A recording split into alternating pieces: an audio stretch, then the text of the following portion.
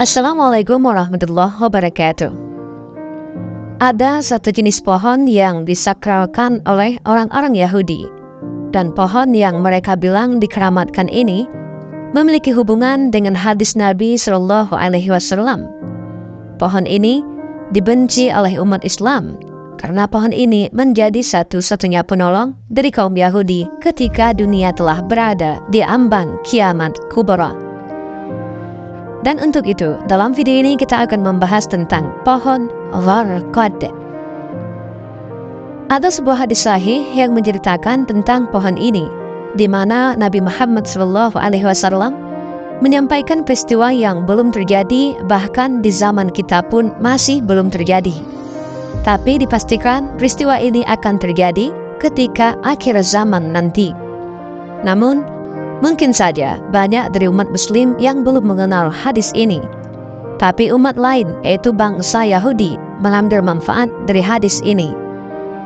Dari Abu Hurairah radhiyallahu an, Rasulullah Muhammad sallallahu alaihi wasallam bersabda, "Kiamat tidak akan terjadi sehingga kaum muslimin memerangi Yahudi.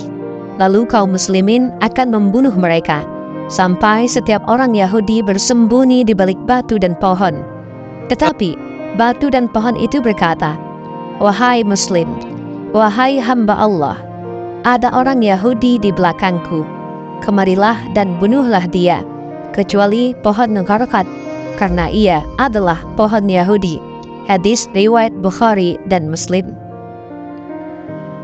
Pohon Gharqad, atau yang biasa disebut dengan istilah pohon Yahudi, memiliki nama ilmiah Lycium arabicum bois dan Nitraria retusa, dan keduanya adalah jenis pohon Gharqad yang berbeda.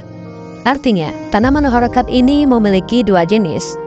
Gharqad ini disebut pohon, padahal bentuknya lebih mirip semak belukar. Gharqad ini merupakan tumbuhan yang berduri, dengan duri bertekstur keras dan beracun. Tinggi tanaman ini bisa mencapai 1-2 meter. Memiliki daun berwarna hijau, berbentuk menyerupai sendok kecil, dan selalu tumbuh baik di musim panas ataupun musim dingin. Tanaman ini juga memiliki bunga yang berwarna putih kebiru-biruan. Maka karenanya bentuknya seperti semak-semak dan sulit diberantas. Kemudian batangnya berduri dan beracun. Tanaman Gharqad ini bukan termasuk tanaman produktif. Tanaman ini tidak memberikan manfaat banyak untuk manusia. Bisa dibilang, Gharqad ini sebagai tanaman benalu. Tentu yang akan menjadi pertanyaannya adalah, apakah para Yahudi mengetahui akan hal ini? Jika saatnya telah dekat, pasukan cahaya akhirnya akan menang, dan semua makhluk akan melawan Yahudi. Bahkan tanah yang mereka duduki sekalipun, mereka hanya punya pohon Gharqad sebagai sekutu. Kalimat itu adalah catatan yang ditulis oleh Anne-Marie Oliver dan Paul Steinberg di dalam bukunya tentang penelitian mereka pada tahun 2006. Kalimat tersebut merupakan hasil wawancara dari kedua penulis itu kepada sejumlah syekh, dan termasuk kepada Syekh Hamas atau Syekh Ahmad Yasin. Kemudian, mereka berdua melakukan survei ke lapangan untuk bertanya kepada orang-orang Yahudi, apakah mereka tahu tentang pohon Gharqad. Orang-orang Yahudi yang mereka tanya ini pada kompak menjawab bahwa mereka belum pernah mendengar nama Gharqad. Namun, setiap orang yang mereka tanyai selalu berekspresi senyum sinis dan menampakkan mata yang terbuka lebar, seolah-olah saat kita menyentuh sebuah rahasia yang sangat besar.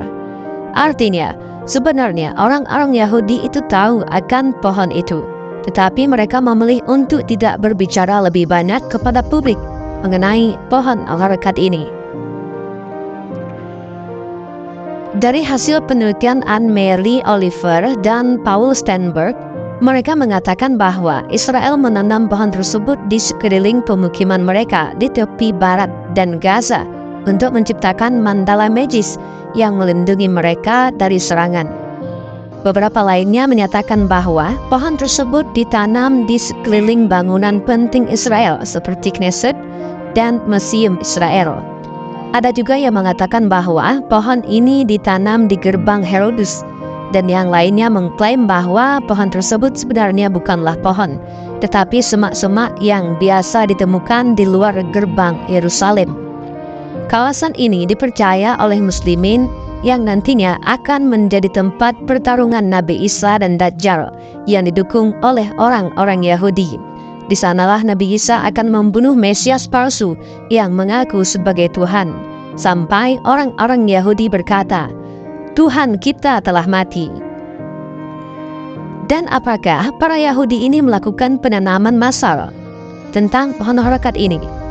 Ya, hal ini telah dilakukan sejak dahulu, bahwa orang-orang Yahudi selalu gencar melaksanakan aksi penghijauan.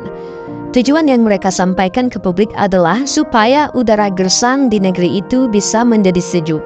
Tapi sesungguhnya yang mereka lakukan adalah hanya menanam satu jenis pohon saja, yaitu pohon harakat. Dan itu sudah ditanam secara massal. Di era modern sekarang ini, orang-orang Yahudi membuat sebuah website resmi yang bertuliskan "Plant a tree in the Holy Land", yang artinya tanamlah pohon di tanah suci.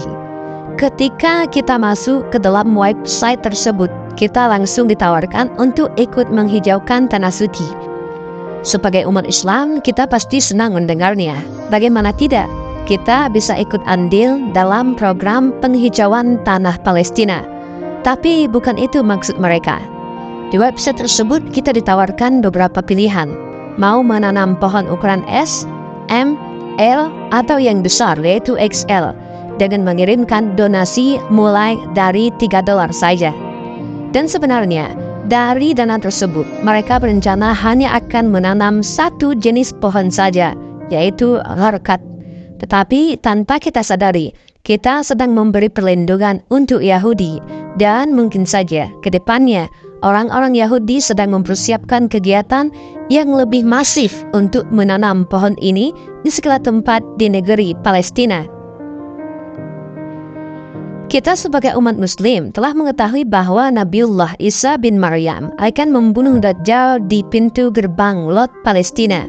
Ketika mengetahui Dajjal telah mati, orang-orang Yahudi menjadi panik dan berlarian ke sana kemari untuk bersembunyi. Sementara itu, kaum muslimin mengajar orang-orang Yahudi ini untuk dibunuh. Maka setiap batu, kayu, dan tempat apapun, orang-orang Yahudi ini bersembunyi dari kejaran kaum muslimin. Benda-benda seperti batu, kayu, dan lain-lainnya, Allah Subhanahu wa Ta'ala takdirkan untuk berbicara. Benda-benda ini mengatakan, "Wahai kaum muslimin, ini di belakangku ada Yahudi, tapi hanya ada satu pohon saja yang diam dan tidak berbicara, yaitu pohon harakat." Mungkin ini adalah hal aneh. Masa pohon batu bisa berbicara? Tetapi tahukah kalian, dalam peperangan Hamas dan tentara IDF Israel, kita juga pernah mendengar cerita-cerita seperti ini, yaitu cerita tentang para pasukan mujahidin Hamas mendengar ada orang yang berbicara, tetapi tidak ada orang di sampingnya. Ceritanya seperti ini. Dan bahkan cerita ini pernah disebutkan Khatib Masjid Izzuddin Al-Qassam di wilayah Nasihat Gaza, serta pernah ditayangkan TV channel Al-Quds, serta ditulis oleh Dr. Abdurrahman Al-Jamal dalam situs Al-Qassam. Sang khatib bercerita, seorang pejuang telah menanam sebuah ranjau yang telah disiapkan untuk menyambut tentara Israel jika melalui jalan tersebut. Saya telah menanam sebuah ranjau. Saya lalu melihat sebuah helikopter menurunkan sejumlah besar pasukan, disertai tank-tank yang berjalan beriringan menuju jalan tempat di mana saya telah menanam ranjau. Begitulah kata pejuang. Akhirnya, sang pejuang memutuskan kembali ke markas, karena mengira ranjau tidak akan bekerja optimal. Maklum, jumlah musuh sangat banyak. Tetapi sebelum beranjak meninggalkan lokasi, pejuang itu mendengar suara, "Usbut sabakallah," yang maknanya kurang lebih seperti ini, "Tetaplah di tempat, maka Allah menguatkanmu." Ucapan itu didengarnya berulang-ulang sebanyak 3 kali. Saya mencari di sekeliling untuk mengetahui siapa yang mengatakan hal itu kepada saya. Tetapi saya terkejut karena tidak ada seorang pun yang bersama saya. Begitulah kata mujahidin itu. Akhirnya, sang mujahid memutuskan tetap berada di lokasi. Ketika tank melewati ranjau yang telah ia tanam, terjadilah keajaiban. Ranjau itu meledak sangat dahsyat. Tank yang berada di dekatnya pun langsung hancur. Banyak serdadu Israel meninggal seketika, dan sebahagian mereka diangkut dengan helikopter. Cerita ini juga menyerupai kisah yang disampaikan oleh seorang penulis Mesir, Hisham Hilali, di dalam sebuah situs. Ada seorang mujahidin yang bernama, kita sebut saja Abu Mujahid. Beliau adalah salah seorang pejuang yang sedang melakukan ribat ataupun berjaga. Ia mengatakan, ketika mengamati gerakan tank-tank di perbatasan kota, tidak ada seorang pun di sekitar saya, tetapi saya mendengar suara orang bertasbih dan beristighfar.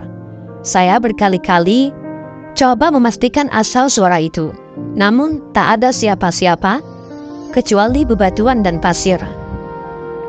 Sahabat Tafakkur Fiddin yang Allah muliakan, dari dua cerita singkat tadi, kita bisa tahu yang bahwa pohon dan batu juga dapat berbicara untuk menolong para mujahidin. Dan sahabat Tafakkur Fiddin yang dirahmati Allah, dari langkah Yahudi menanam pohon harokat dengan masif, menandakan bahwa mereka percaya akan sabda Nabi kita. Walaupun mereka percaya, tetapi tak mau beriman. Langkah ironis tentang hadisnya, hadis yang bersumber dari Nabi kita, sementara umat lain yang mengambil manfaatnya. Dan jadi itulah sedikit kisah tentang pohon harokat. Semoga kisah ini bermanfaat. Wallahu a'lam bishawab. Assalamualaikum warahmatullahi wabarakatuh.